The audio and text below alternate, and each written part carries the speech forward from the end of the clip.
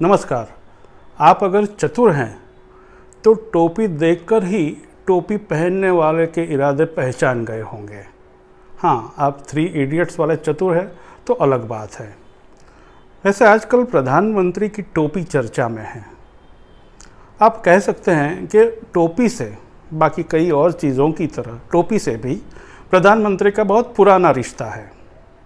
अब टोपी पहनने से है या टोपी पहनाने से, ये पूछकर हमको शर्मिंदा मत कीजिएगा।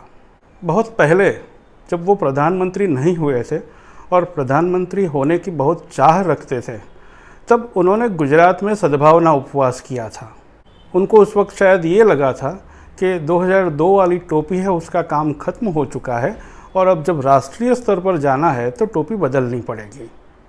लेकिन उस सद्भावना उपवास में एक दिक्कत ये हो गई कि कुछ मुसलमान नेता आए और एक ऐसी वो मुसलमानी टोपी इनको दी जो वो पहन नहीं सके, क्योंकि भाई सद्भावना का भी जो स्टॉक होता है वो तो लिमिटेड ही होता है ना।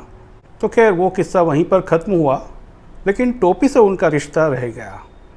एक समय पर जब यूपीए सरकार के खिलाफ अन्ना हजारे का आंदोलन चल रहा था, नरेंद्र मोदी ने शब्दार्थ में नहीं तो ध्वन्यार्थ में अन्ना हजारे की टोपी पहन ही ली थी।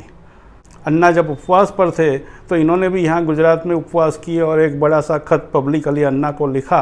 हालांकि ये बात अलग है कि गुजरात में सीएजी की जो रिपोर्ट आती थी वो विधानसभा में आखिरी दिन ही टेबल पर आती थी।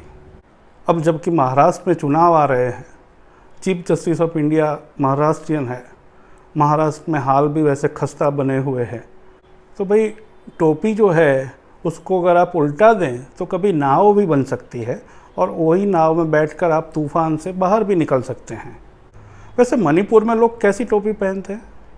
नहीं, क्या है, अगर प्रधानमंत्री को कुछ भेंट देना हो तो सकता है कि मणिपुर वाली टोपी ज़्यादा अच्छी रहेगी। उनको इस बहाने याद भी आ जाएगा कि देश में ऐसा कोई राज्य है।